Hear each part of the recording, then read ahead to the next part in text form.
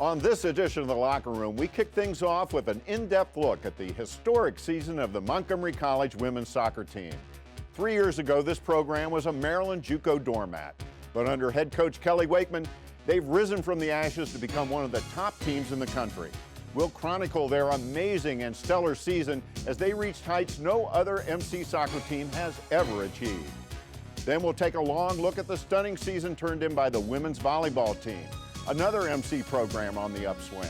Their dramatic turnaround from last year is something to see, and we'll find out how they went from the bottom to the top. And then we'll spend some time with Hunter Schallhorn, one of the stars of the volleyball team and an outstanding Montgomery College student athlete. She's got a great story to tell, and we've got all the details on the latest edition of The Locker Room, starting now.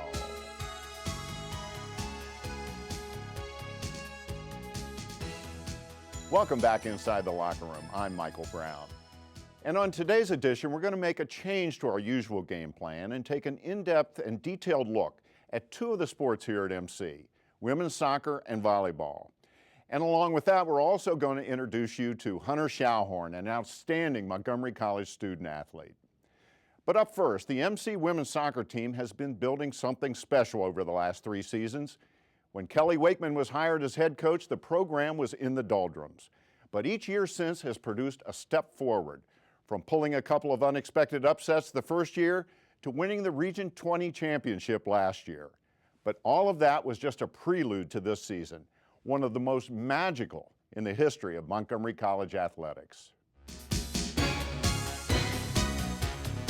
Last season, the Knights won the Region 20 championship and came within 1 goal of advancing to the National Final Four when they lost a heartbreaker in the district finals. So when preseason practice began this summer, head coach Kelly Wakeman happily welcomed back most of the core from last year's team. I have my returner, Anna, one of the captains this year. Great workhorse, great player, reliable, great goalkeeper, works very hard. In the back, I have my returning All-American, Julie Bowers, another captain, who is the epitome of what you want in a player and a defender: quick, hustles to the ball, steals it from everybody. Her timing is very, very good. I could go on a long time about her, but I think her play speaks for itself. And then I also have Katie Vivian in the back, and she plays on my left side. She has been one of my most improved players over my time here at MC. She was voted a captain this year, which I think it took her by surprise. I wasn't surprised because she's another one like Julie, who her hard work speaks for itself. Moving into the midfield, I have Lena Orbe, one of my returning players from last year. She was the leading assist person on our team last year. Another great technical player, sees the game very well, serves the ball extremely well, also takes players on, is very aggressive. Melissa Puentes is another returner. She's actually one of my favorite stories because she played with me 2 years ago, the first year I coached, and she took a year to kind of get school in order and some personal things. And then she came back to me this year. She's another great distributor, ball winner, has really been pushing herself. A little more defensive-minded than Lena. Also on the left side, I have Laura Galbraith, who is another one of my returning players. Strong left foot, strong tackler. One of my more physical players, which I always look for her to kind of make an impact on that side of the field. Playing more on the right side has been Cindy, one of my returning captains. The number one thing about Cindy is her personality. Like, even beyond her as a soccer player, I always tell her, Cindy, you're the only girl who can bring me out of a bad mood on any given day. She lights up a room. She is a natural leader. She really is always pushing the team. She's one of the most vocal members of the team. You can always hear her communicating both positive and the constructive criticism that needs to be said at times, really pushing to get 100% out of our team.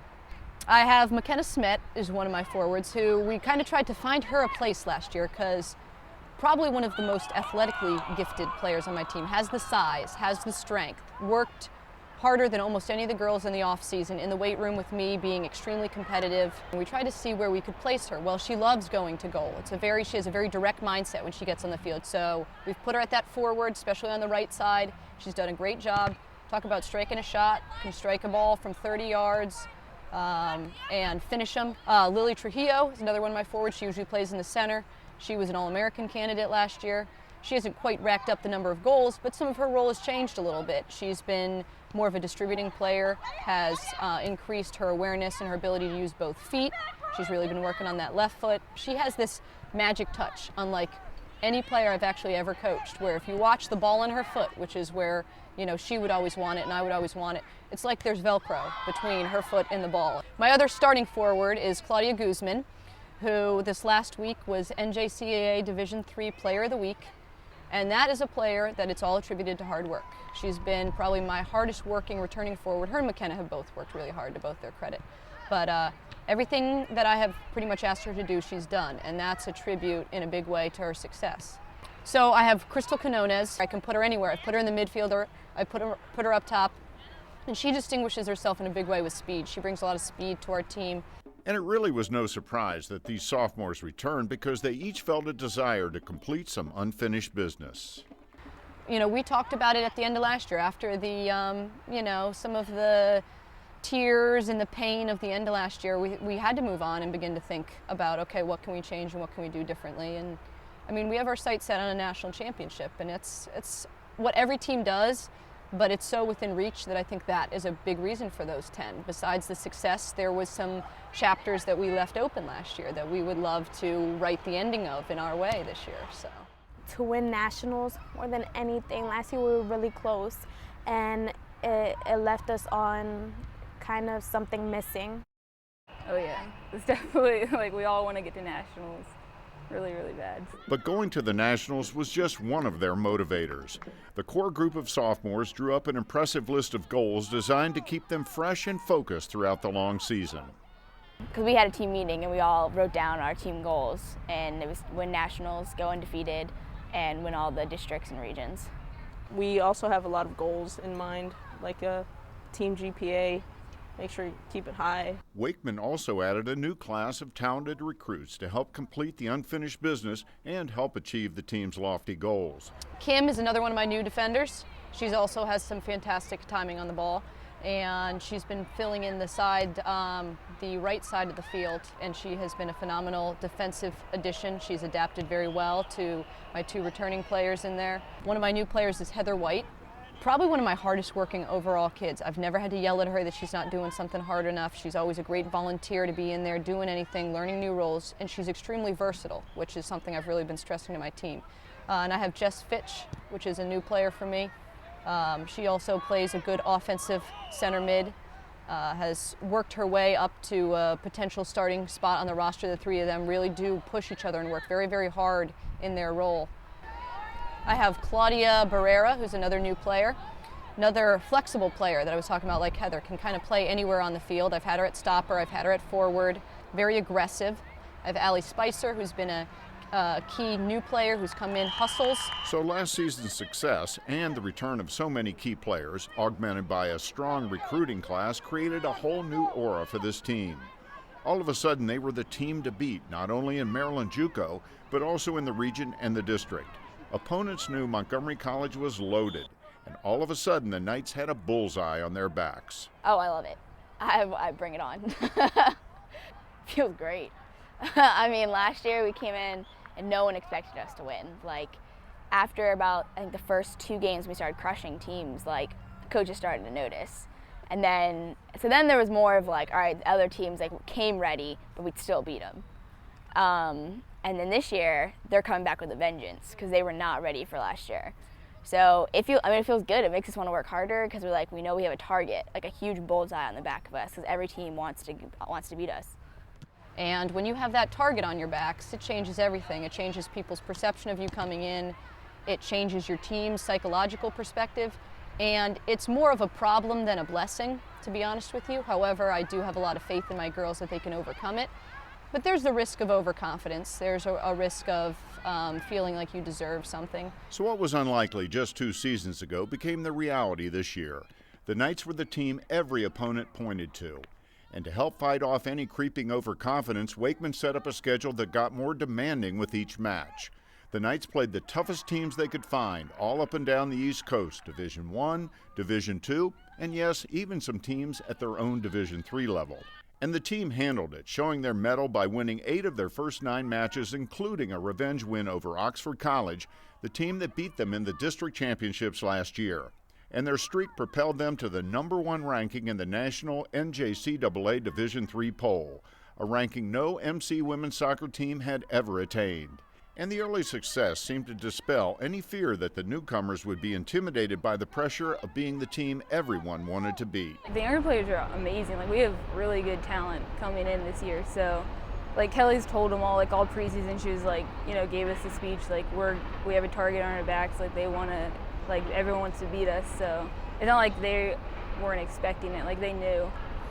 And like when she went out and talked to them like before the season even started, like they knew, like that's why they came out, because we won Region 20 and because we were doing so good. So that's how we got so many girls out here. Talent, chemistry, and motivational goals are all necessary to success in a team sport. But perhaps the secret ingredient for this squad is hard work. We've said this, a lot of the other teams started August 10th along with us. They may be out on the field for 2 hours a day, generally like we are. So we have to make our time more valuable than their time. So a lot of it is about, they know that because of my job that pays the bills from being a teacher at Wheaton High School, I'm driving down here right after the bell rings. It may be a couple minutes after 3 by the time I'm dressed and out here. Well, when I pull in most days, it's 3:01, 3:02, driving right by here, and I can see them running around the field. They've already begun their warm-up. They know that 3 o'clock somebody has a watch, and they're out here beginning. But, you know, we've been working a lot on fitness, too. It's, at the end of the day, the team that's out there that can run the other team to the ground, especially in a game of soccer, it's very key. The hard work paid off handsomely. They were primed and ready entering the postseason tournaments. They were still ranked #1 in the nation for Division III. They were undefeated against Division III opponents. They had the best record of all Division III schools in Maryland. And as Coach Wakeman had earlier predicted, the Region 20 championship came down to MC versus Howard. It was a fast-paced game. But I guess, you know, since we've been trained to our fitness level has always been a little bit better than a lot of teams. So during that game, like first half, you know, it was kind of back and forth. It was very fast paced, and, you know, it was hard because, you know, everybody was going towards the ball, everybody was in shape. But when it started getting more towards second half, it seemed like, you know, the other girls were getting a little bit more tired. We started dominating a little bit better.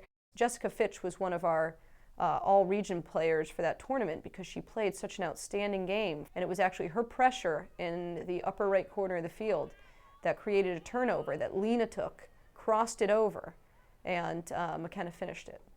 And I just thought it was, you talk about blasts from the past, she obviously had that memorable goal the year before that broke open our region final against Howard. So it was fitting. McKenna scored the key goal in both the region games 2 years in a row. We went into it with confidence, and it turned out good. We beat them. We were happy with that, but I think what we're really looking forward to was districts, because we wanted to go farther than we had last year. So with their second straight Region 20 title in hand, that set up a return trip to the district championships and a chance to rewrite last year's finish. Ocean had depth. They had a big squad once again. They subbed people in, and it was an extremely even game, a lot of chances back and forth. The intensity of them on our goal was incredible. There were 3 that I remember, shots saved off the goal line by our defenders. Melissa had 1 and Katie Vivian had 2 of those, just tremendous, you know, blockages. Being the right place at the right time is not luck. And then, you know, we went up, and to be honest with you, I believe it was a Claudia Guzman, Lily Trujillo combination. Once again, Lily with her signature moves to draw the attention, and then she has turned into quite a nice distributor. But I think with her maturity has come a sense of when to pass the ball, and her and Claudia worked beautifully together, and she sent a nice pass out to Claudia, and Claudia actually had a pretty nice open goal to shoot at. It was just her and the keeper, and she buried it. So leading 1-0 as the clock ticked down to the final minutes, victory looked to be at hand until We kept a 1-0 lead for about 80 minutes into the game, so we thought this game was ours. You know, pack up, let's go home. 2 minutes left into the game, there's a breakaway. Bowers slide tackles outside the 18. The ball comes rolling in, but it's rolling in at not too high and not too fast of a speed. But I didn't go far down enough because I thought I confidently had the ball, and it rolled through my legs, and it went into the goal. And that was definitely the most embarrassing thing that has happened to me in 2 years. Santiago was stellar all season long, 3rd in Maryland JUCO and in the top 10 nationally in goals against.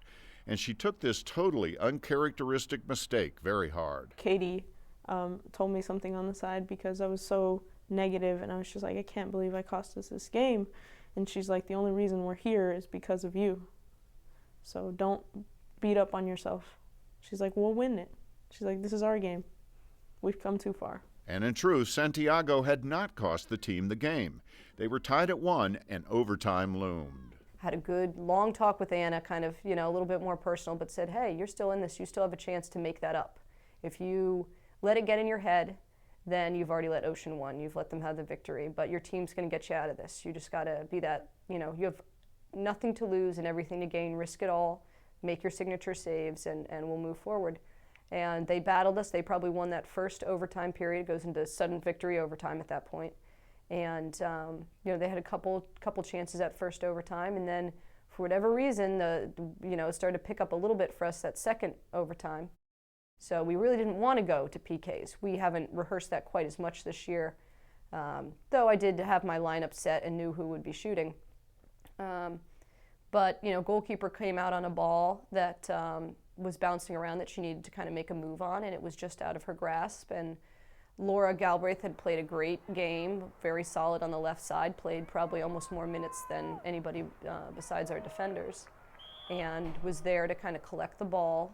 And the way the goalkeeper was positioned, she was blocking Laura's left side. Laura's left-footed. She actually struggles going to the right, and I've had her practice it, but she doesn't like to do it.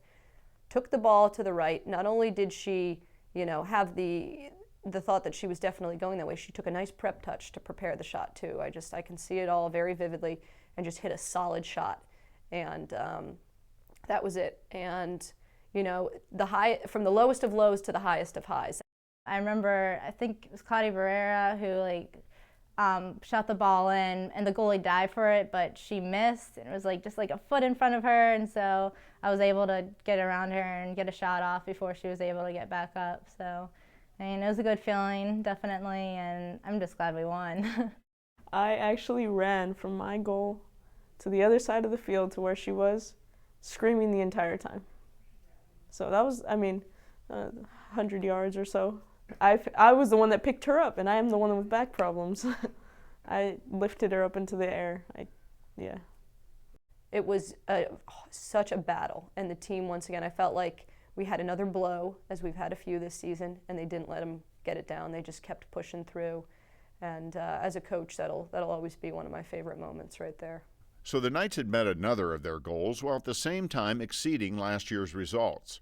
The district championship sent them to the NJCAA National Final Four, and in the semifinals, they took on a Genesee team that was playing their best soccer of the year. Girls went out there and battled, and it created some opportunities. Ball just didn't fall our way. A lot of close calls. It was 0-0 at half. They put a nice shot in, deservingly so, just a well-hit high shot. And that was tough because we had outplayed them so much that it felt like, okay, now we're behind, in possibly a difficult scenario to score because the amount of pressure at a national championship. I don't care if you're the top ranked or seeded team or the lowest. The amount of pressure your team is going to create is going to be intense because everybody wants that ball. No, the semifinal was my favorite game in the entire year. Well, for me personally, for my own performance. A couple breakaways. One of them I deflected off of my foot. Breakaway coming inside the 18, 1v1, and she kicks it, and all I got on it was my foot, and it rolled right outside the goal. One where I was standing outside, the ball comes and curves into the far post, and I jump and I slid all the way to the other side, and I blocked it. That in itself stopped everybody on the field, and everybody looked at me, and I was just like, I'm ready. I was like, I know, I got it. But despite Santiago's heroics and the clutch play of the defense in front of her, the team still trailed with time running out. There was just something in all of us that felt this can't be the way it ends. This is, we're a better team. We deserve to be taking this one away. But first they had to tie it. Trailing 1-0, time was running out when Lena Orbe set up a corner kick, her specialty. And Lena had a corner with just about 2 minutes left, sent a beautiful one in, and who comes once again on her white pony or whatever to save the day, but good old McKenna Smet, beautiful header, up in the air. where it was out of range for where the keeper was standing, and I just knew from the moment it came off her head that it was going to be in the back of the net, and we went bonkers. That sent the match into overtime. Make that 2 overtimes. After 2 exhausting 10-minute OT periods, the score remained tied at 1. This set up the most nerve-wracking situation you can possibly face in soccer. It went to penalty kicks. You bring out your top 5, each team shoots their 5, and if there's one in the team's favor at that point, then it's a straight out winner. Otherwise, you shoot for sudden victory 1-on-1 after that. And when it comes down to penalty kicks, the pressure on the goalkeeper is tremendous. So I just kept talking to myself, like, you know which way to look at their feet, look at their body, look at their hips, look at the way that they stare at the goal, like have eye contact with them, psych them out. A lot of the girls on my team were like, you have this. They're like, this is your specialty. And I mean, I like to think so because it's actually one of my favorite things to do. Knowing the percentages of pretty much you have a guaranteed goal in a penalty kick. So for me to be able to block that guarantee is definitely a confidence builder for me. They, I believe, shot first, and Anna blocked the first shot, which is huge because your best shooters are typically your 1st and 5th shooters in that lineup. So for that was it. Plus, I always tell my goalkeepers, it's up to you to try to save 1. If you save 1, then it should be on your team to connect on all of them and give you the victory. And Melissa Puentes came in and put in, that was one of her signature things. So she put that first one in, which once again is huge. Kim Ramirez, another a defensive player, not a lot of experience taking PKs, but great form, put hers in. Genesee put their second shot in, and Anna saved the third one. So I'm thinking, this is looking better and better. When your goalkeeper starts to save the other team's penalty kicks, this is what you like to see. Julie Bowers was up next, keeper saved her shot. And then I believe Anna either blocked or they missed their other shot, and Katie Repsch put hers off the post. So it was looking like it may come down to our number 5, but their final shooter, Anna blocked. So I believe out of those, I think they missed 1, and Anna blocked 3 out of the 5 shots, which was, I was so proud. So then we all rush Anna and, jump around on her a bit as we had before. And that was just a great feeling, like to know that you're going to be in the championship in a game you deserve to have. The dramatic win sent them to the national championship finals, the furthest an MC soccer team, men's or women's, had ever advanced. There they took on a big, tough Richland team, winner of 2 of the last 5 national championships.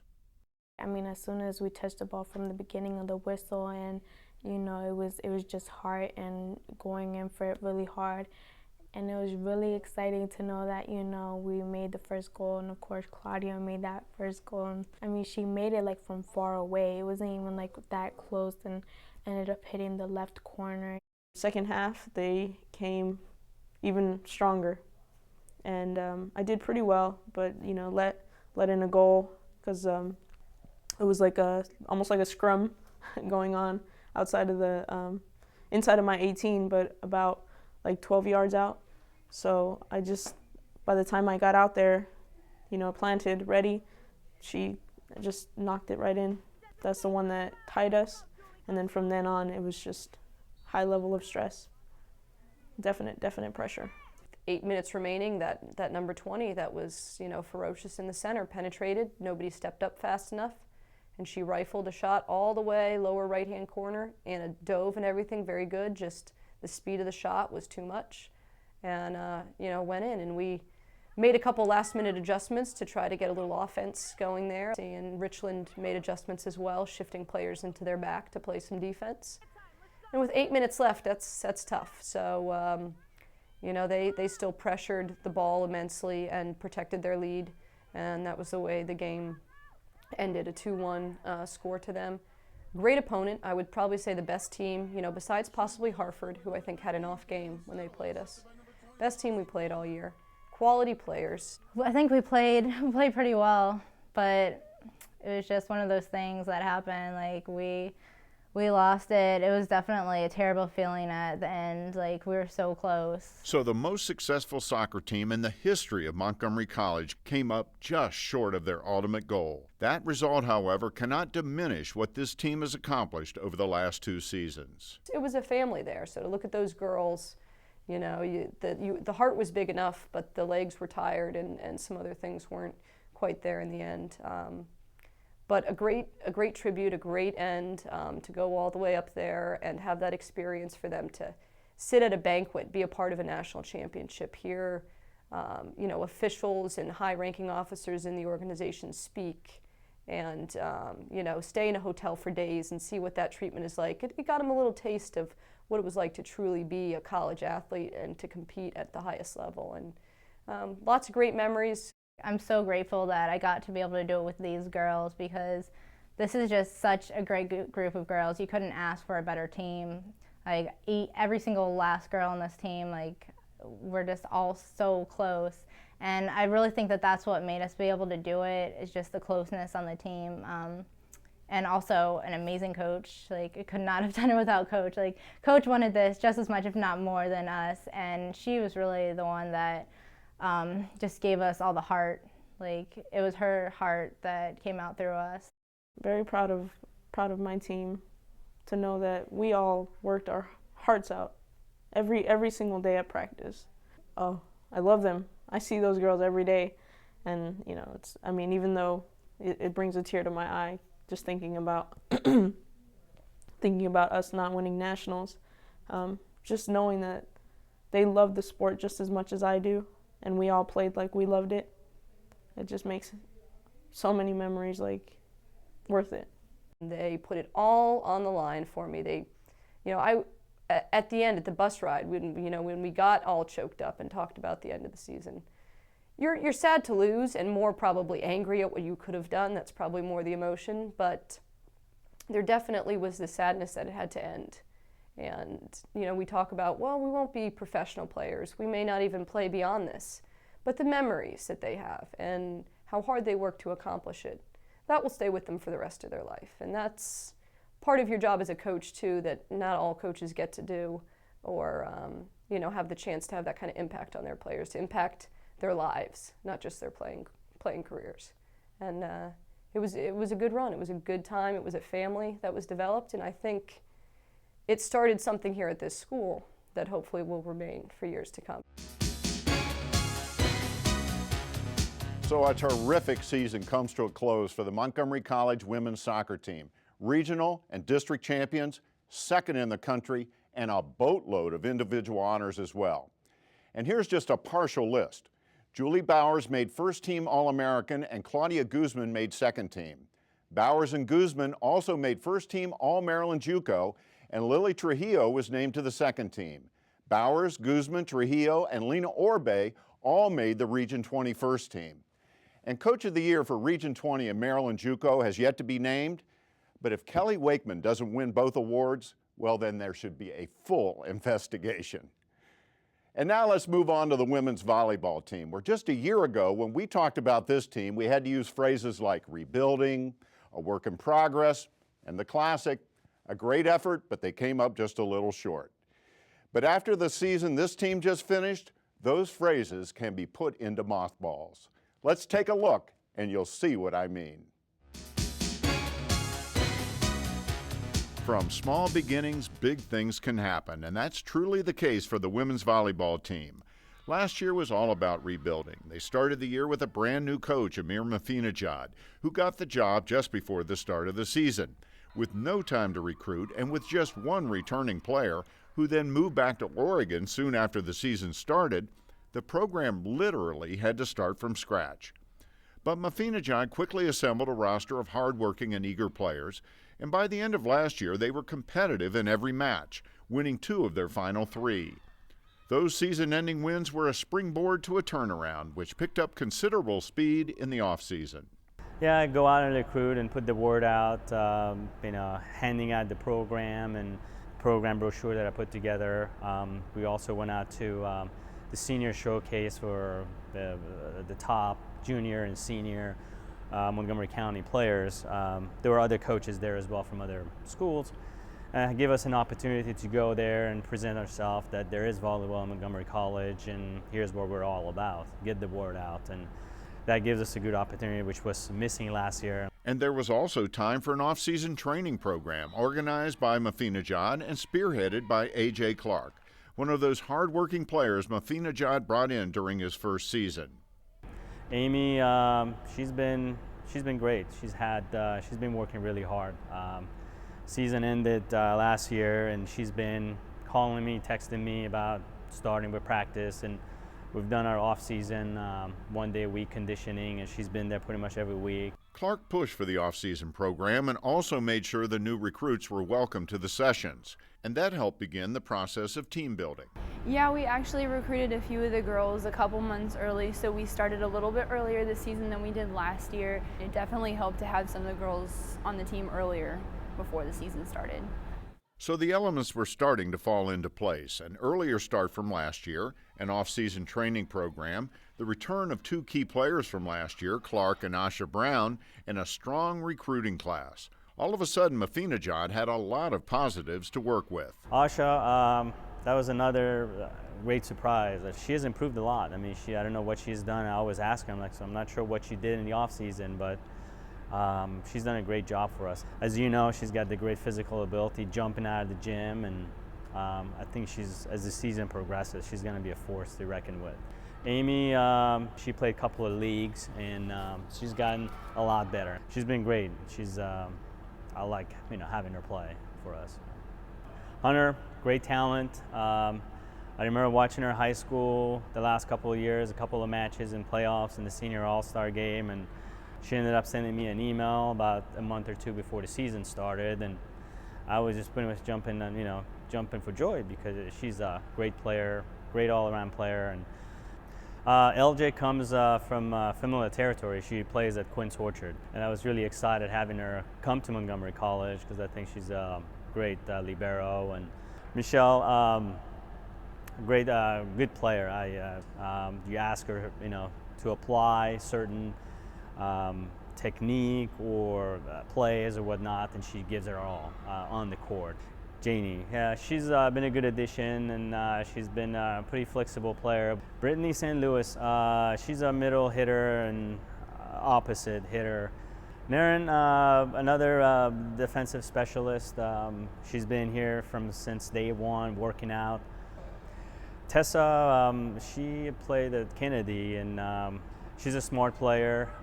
She knows the game. Perhaps one of the luckiest developments of the offseason was the surprise return of Asha Brown. The gifted middle and outside hitter is a pre-med major and had been accepted at Towson University after her freshman year at MC. I was supposed to be in Towson in the fall, and something went wrong with their amount of people at Towson, so I'll be there in the spring. So I wasn't actually planning to come back. Because I love playing volleyball, and I really thought last year was going to be my last time playing ever. So I wanted to get more focused on my academics. But returning I'm actually really happy because I love playing volleyball and playing with really nice group of girls, and we're working hard, and I'm just excited about the season. Two of the new recruits, Schallhorn and Alvarez, added a ton of experience and savvy to the roster, even though they were freshmen. Both had been playing for years and each traveled unique paths on their way to MC. I've been playing for 5 years, and even though I thought I was ready to not play anymore, I kind of wanted to play another year. And that was great, being able to come here and play. Basically for money reasons and the fact that I'd get to play volleyball. I looked at schools like Virginia Tech and Maryland, Clemson, Auburn, applied to all of them, got in, scholarships and stuff, but it was way better to come here for the money.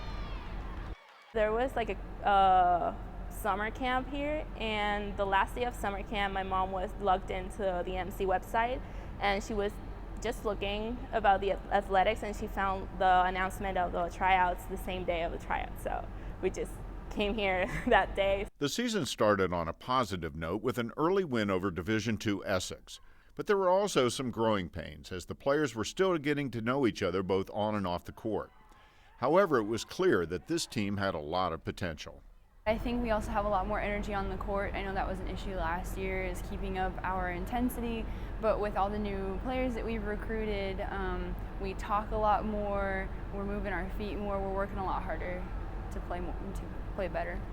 Our passing is, I think, a lot better than last year. Our knowledge of the game, players that have been played in high school and have the experience and relaying that information to the players. I think offensively we have a couple of 2-3 players that are very consistent, a lot more consistent than what we had last year.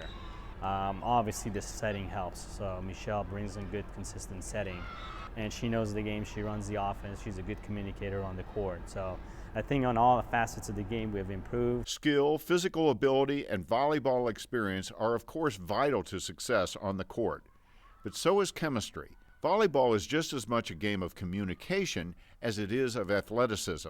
Without positive on and off court chemistry, all the ability in the world won't get you very far. There's always somebody to pick you up like, hey, it's okay, let's just, keep going. And in practice, on the court, in games, outside of it, everything, we were just so close. We were texting each other, calling each other. Oh, so you think we should do, it was just great. I loved it. The ringleader in charge of getting the most out of the squad is, of course, the coach. Mafinajad now had a more talented team fortified with excellent chemistry, but he still had to get the most out of their abilities. One thing I really like about him is the fact that he's not always focused about winning the actual games. It's more of how we can get better at what we do. And Mafinajad is both a motivator and a teacher. I have the tendency to always swing away and just hit the ball, but he's made sure that I understand that sometimes I need to practice my finesse part of the game and pick spots where to hit, maybe tip a few times. Early in the season, the team was still finding an identity, still getting to know each other and unsure of how good they could be. And after they lost badly in an early season match against Frederick, Mafinajad had a little chat with his team. And then we had a big talk. I think we had a team talk as well at the end of it that, you gotta want it. You gotta push harder, and we gotta work as a team. That talk and a few more matches together seemed to do the trick. But a true test loomed when Anne Arundel, the defending regional and district champs, came to town. And it was a great match. MC won the first 2 sets, but they dropped the next 2 to the perennial Maryland JUCO power. This forced a 5th and deciding set. Now, last season, MC most likely would not have had the horses to pull out a win. But this was a different year and a different team, and they won it 15-12. And at that moment, it became clear to one and all that this team was on its way. It really was a turning point. Everyone realized that we were going to be really good. We just beat Anne Arundel, and we can play well against other teams. We had a great game against Anne Arundel. We went to a 5 sets, and at the end of it, we came away thinking that we could be good, and there is a potential there on making some noise in our division and conference. That tight win over Anne Arundel seemed to set a pattern. This became a season of big, close wins. The tight wins had the effect of bolstering both their confidence and their win total. The Knights reeled off a long winning streak and entered the Region 20 tournament as not only the most improved team in Maryland JUCO, but also one of the hottest. The format was surprising, the way it was set out. It was a best out of 5. And we started out against Lorraine, and we lost to them in 4 sets. From there, we went to the losers bracket facing Anne Arundel. We had a slow start in the first game, large deficit there, and then we came back and won the first game and won the next 2. And then we had a couple hours off, and then it was best out of 5, as I mentioned, and we had to play Howard, which went to 5 sets. And at the end of that match, I think we were kind of gasping for air and running low on energy. But we had 3 close games against Butler. And 2 of the games was decided by 2 points, and fortunately, we came on the losing end, and that's how the tournament ended. But I was ecstatic the way we finished our season and how we started. We had kind of our slow moments along the way at the beginning, but I think we came together very well at the end of the season. And you couldn't ask for anything more. It was unfortunate how the regionals were set up. What should have been a 2-day tournament was compressed into one exhausting day. The Knights had to play 15 tiring sets over 4 matches in that one long day. But despite that exhausting schedule, they still finished second in the region. What a change from last year. Very proud of us because we brought a plate home. No one else did it. And we did this for NCJAA. And we were really proud of that. I cried because I really wanted to win the whole thing, but at least we did something, we brought something home. Yeah. It was a lot different from last year. It was a complete 180 from last year. A 180 is right. They won 13 matches this year, a huge improvement over last season when they won just 2.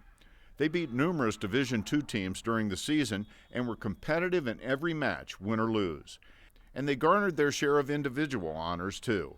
Hunter Schallhorn was named to the All-Maryland JUCO First Team, and Schallhorn and Jessica Romero were named to the Region 20 All-Tournament Team. And statistically, they had a number of bright lights as well. Schallhorn finished first in Maryland JUCO in kills, second in aces, and ninth in digs. Michelle Alvarez finished fourth in assists, while Jessica Romero finished third in digs and eighth in aces. And after such a successful season, all signs point to a bright future. We have to go back and work hard and get players and recruit and put the word out that there is volleyball at Montgomery College and we're on to something special. Since the season has ended, we have gone out and won some high school matches and kind of showing our faces that we're around. We want you guys to come play for us, and we have about 2 or 3 players that have verbally committed to us wanting to come out and play for Montgomery College. So we're excited about those, but we're gonna go out there and do a little bit more work, get some of the top talents to come in. To play at this level, it's Division III, granted so, and you play against Division IIs, and you can show what you have and continue on playing. It's a great opportunity, and that's kind of the message that we want to tell the players, that it doesn't stop after high school. You don't have to go play club. Club will always be there even after you graduate from college and you go on to play. So it was great, and it was a couple of the players that contributed a lot that they probably thought that their playing days are over and they made just to play for fun, but there it was, Montgomery College and volleyball. So there you have it, the behind-the-scenes look at the dramatically improved Montgomery College volleyball program. It was a terrific year for them, a quantum leap in respectability. And I have a feeling it's only just the beginning. Coach Mafinejad is serious about building a consistent winner here, and he's got no problem putting in the hard work to get it done. And sticking with volleyball, let's take a closer look at one of the stars of this year's team. Hunter Schallhorn was a key freshman on head coach Amir Mafinejad's team. And in addition to being an outstanding volleyball player, Hunter is also an excellent student in the classroom, majoring in aerospace engineering. Let's take a closer look at this very special Montgomery College student athlete. Hunter Schallhorn was one of the crown jewels of head coach Amir Mafinejad's recruiting class for this season. Mafinejad had followed her high school career, and when she decided to come here, he was thrilled with the prospect of having her on the team. And she did not disappoint. With Hunter as one of the team captains, the Knights won 13 matches this year versus just 2 the season before, and Schallhorn was one of the big reasons for the improvement. She led the team in numerous statistical categories and was a leader both on and off the court. But we're kind of getting ahead of ourselves here. To truly understand what makes this outstanding student athlete tick, we need to turn back the clock a few years. Difficult, determined. She always had an opinion. Putting that determination to use, Hunter started playing sports almost as soon as she could walk. She has an older brother, 2 years older. He plays a lot of sports. We all do. And she just picked right up on that, always trying to beat him. Whenever I played, I always was comparing myself to my brother, which is why I'm always so determined. There was no, I should be worse than him. It was always, I need to be the same as him, or if not better. So I was just always comparing myself to him, and it just gave me that drive to be really good. Growing up, Hunter and her brother often played on the same teams together. They both played travel soccer, so they'd be out in the yard playing with each other a lot. They both played baseball. They were on the same team a lot of times growing up. Probably because I coached, so it helped to have them on the same team. I started off playing soccer. I played baseball, basketball, softball. I did a few tennis camps. I did diving. Around 12, I went out to Montgomery Village to their sports association, which is where she played softball. When she went into a travel league, she traveled with their club. And they had sign-ups for rec volleyball. And I thought, volleyball. I love volleyball. We played volleyball. And so I came home and asked her if she'd be interested maybe in doing that too. She said sure. And she went out for the volleyball league and, lucked into a great coach. As a middle schooler, Hunter played on both softball and volleyball travel teams. And when she entered Blake High School, she made the varsity in both sports as a freshman. But her sports schedule was becoming a little too much to handle, in addition to her academic load, and something had to give. So she gave up softball, but for a very surprising reason. I think she became unhappy with it when they wanted her to pitch. She doesn't like to be the center of attention, that's the one thing I will say. She just wants to do her job in the pack. And when she was a freshman in high school, she made the varsity softball team and the varsity volleyball team. But she just didn't like the softball as much.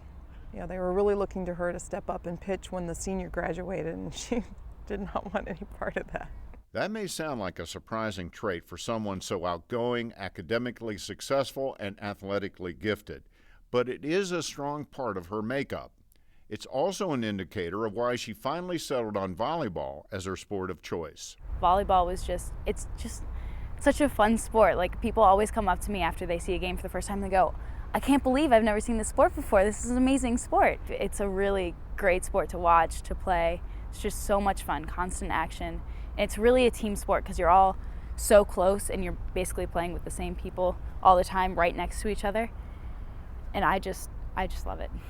And she channels that love into hard work. I think anybody will tell you if they play a club sport, they are putting in a lot of off-season time too, winter clinics, she went summer camp. Playing on the high school team, she'd then have to leave practice and go to her club practice, which would be that night, So she gave up a lot of weekends, you're doing tournaments, that's a whole weekend, you're sitting in a gym. It's a lot of work and a lot of commitment, and you have to love it. But I feel like I got a lot of my skills from all the different sports that I've played. Like, I got a lot of footwork from basketball, I got stamina from soccer, I had a really powerful arm swing from the beginning because of softball and baseball and playing all the time. But I train, whenever I'm at practice, I feel whenever I'm there, I just give 100%. Because that's really the only way you're going to get better, is when you're actually playing, is to be very vigilant about what you're doing. And it was hard work that led Hunter to add a devastating weapon to her volleyball arsenal, a lethal jump serve. Everyone, you see a jump serve, everyone goes, oh, that's so cool. I was one of those kids, oh, I just want to jump serve. So any single time we were practicing our serves, I'd warm up with my serve and then I'd go back and I'd try to jump serve just every single time. If there was a break during practice, I'd get a ball and go serve. But Hunter is also an excellent student, and in high school it can be tough for a young athlete to balance the games, the practices, and the books. It's a tough balance. Her junior year in particular stands out. Her club team traveled January, February, and March. They were out of town almost every weekend, and that was very difficult. You miss a lot of stuff. She just tried to get as much stuff done as she could when she was around. You just have to work harder. It means you don't go out on the free weekends. You don't get to go out at night. You don't get to go to the movies Friday night. She always had to go to bed. She had to be up to go to a tournament. I think she missed a lot.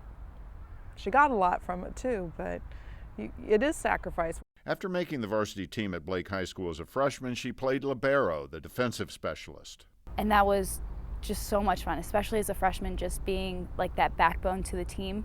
Like, I'm just always there. She also played libero her sophomore year, But graduations forced a radical change in position for her junior season. I started off high school at 5'4". My junior year, I'd gotten another inch at 5'5". And so my coach came up to me and she goes, I would love for you to play back row again this year, but we really have a hole at our outside hitting, so we would love for you to try to hit outside. And I was like, yeah, sure. And I did it a few times in practice, and it just clicked for me. Her senior season brought an even bigger challenge when she was asked to play middle hitter, going up against the tallest players on every opponent's team. It was rough because it was hard for me as I was so short. But me and our setter, again, it was the same setter. We had our timing down perfect. I can't hit middle off anyone else. It was just awesome. When Hunter graduated from high school, she was offered academic scholarships to Virginia Tech, Maryland, and several other schools. But instead, Montgomery College was her choice. It's tough. You want to give your kids everything that you can. We also have an older son who's in college too, and it's a lot of overlap. And I went to Montgomery College. I know that you can get good classes here, and it's hard to pay top dollar at a four-year university, even with scholarship money, when you can get those quality classes here for much, much less. It's ridiculous to go at least your first year at a four-year school when you can get the exact same quality classes at MC. And I was doing engineering. MC has a great engineering program as it feeds right into Maryland. With high school behind her, Hunter thought her competitive volleyball days were over. But deciding to come to MC gave her another opportunity to play. going As soon as I found out that I was going here for school, I automatically emailed the coach, went to tryouts, and played with them over the summer. It was just loads of fun. I was just pretty much jumping for joy because she's a great player, great all-around player. And Hunter made the most of that opportunity. I was expecting to come here, have fun, play my best, maybe help out other people. But as soon as we started playing, even though we lost in our first game, Frederick, I could see that this team could actually do very well. All we had to do was step it up and play. And I think one of the big parts was getting the two returning players into the mindset that this team is going to win. We're going to do well. And they did do well. A team that won just 2 matches the previous year turned it around and won 13 this season, including wins over league powers Anne Arundel and Howard, teams MC had not beaten in years. Beating Anne Arundel, because that, I feel, it really was a turning point. Everyone realized that we were going to be really good. We just beat Anne Arundel, and we can play well against other teams. And watching all this and enjoying every minute of it was her mom. Watching the team get confidence game after they started to win some and start to rely on each other to have each player do their part, they really came along beautifully. It was so exciting. And she counts herself lucky to have been able to watch her daughter play this season. And I felt blessed to be able to get another season of volleyball. You know, when she first was going to go away to school, she probably would have played club wherever she went, but it would be away, it'd be hard to get to. I mean, this was really a bonus for me. But for Hunter, this chance to play volleyball again was more than just about wins and losses. It was just a really, really nice team. I've always been on a few teams where there's like cliques and there's like we have like a mini little school going on. There's the popular girls and the not so popular girls. And just this team was everyone was really nice to each other. There was no drama. And that's why I love this team. Everyone was just so nice. And the other players on the team enjoyed playing with Hunter. Hunter was the first person I noticed. She can play. Like, she knows the game in and out. Every game, whenever she went up to hit, we were all like so excited, like, yeah, Hunter, like, I really enjoyed playing with her. I think out of all the teams that I've played on, I think she's the best player I've ever played with, and it wasn't hard to agree with her about anything. She was just wonderful. She's so sweet. She's definitely inspirational in the fact that she is amazing. And I know I speak for the whole team when I say that she inspired us to do better and to play better and to really take the areas that we needed to improve on and work on those so that we could be good all-around players, because she definitely had the skills to play all over the court. AJ and Hunter were the team captains, and they formed a special bond during the season. Outside of volleyball, we had a lot in common. We, anything from like music to our hobbies, and we just related really well from the beginning. And after we had that little talk one night, we were just texting each other and talking. From there on out, it was just like we just had a great chemistry. And Coach Mafinajad, who was thrilled when she joined the team, was even more impressed with her after coaching her all season long. There are different areas that you can pinpoint that she contributed. There is a talent aside and her hard work and the skill set that she brings to the table. I think she's one of the better all-around players that I've seen, that I've had the pleasure to coach. There's a lot of areas of her game that you could sit back and just enjoy watching her, and she plays every point as if it's the last one. And I think that was kind of the message that that I've been preaching every time that I coach, and her play, her desire, her love for the game is pretty obvious in that aspect that she tries hard every single play. She was a great piece to the puzzle that she brought everybody together. I think it's her work ethic at practice or during the games that kind of elevated the other players to come up and setting the bar high and getting to that level. It was just great. He was always encouraging. He was the perfect combination of a fun coach and a serious coach. Like, he was fun at times, he needed to be fun. He got mad at us and yelled at us when we needed to actually focus and play. And as the season unfolded and the team played well, no one was more proud than Hunter's #1 fan. I'm proud of the way that she handles herself, the way that she encourages her teammates. I think that she's learned for a team to be good, everybody's got to play and feel good about it. I think she's incredibly giving and generous to people, kind. I love her enthusiasm. I think she gives 100% when she's playing. And when she hits the ball to the ground and she, I just love watching that smile and that happiness.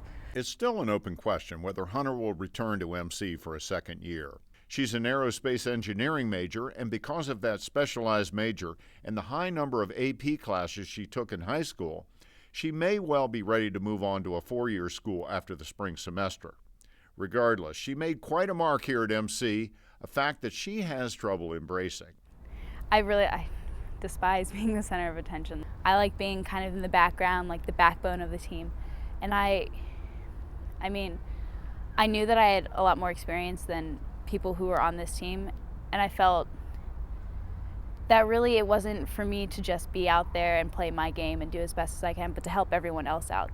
I can say that she's probably one of the, I could say that she's leader by example. She's not one of the most vocal players on the court, and you can do a lot by actions, and I think a coach would admire that a lot more than to just talk. But no matter where Hunter goes to school next year, that college or university will be the better for her presence.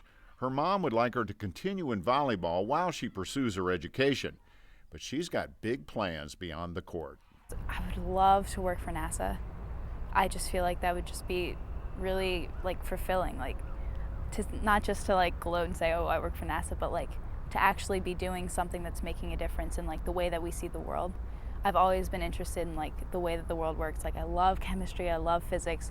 Just to have that understanding of what makes the world go around. I just love that, and to be a part of it would just be amazing. Well, I hope you enjoyed meeting Hunter Schallhorn. She's one of the many fine student athletes here at Montgomery College. I am constantly impressed with the quality of the student athletes who compete here at MC. They are excellent representatives of the college. And that's all the time we have for this edition of The Locker Room. But before we say goodbye, remember, if you're interested in playing a sport here, or if you'd like to come to a game, log on to our website at montgomerycollege.edu/athletics, and you'll find all the information you need to try out for one of the 14 sports offered here, and you'll also find schedules for each of the MC sports teams. And join us again soon for another edition of The Locker Room. Thanks for watching, everyone.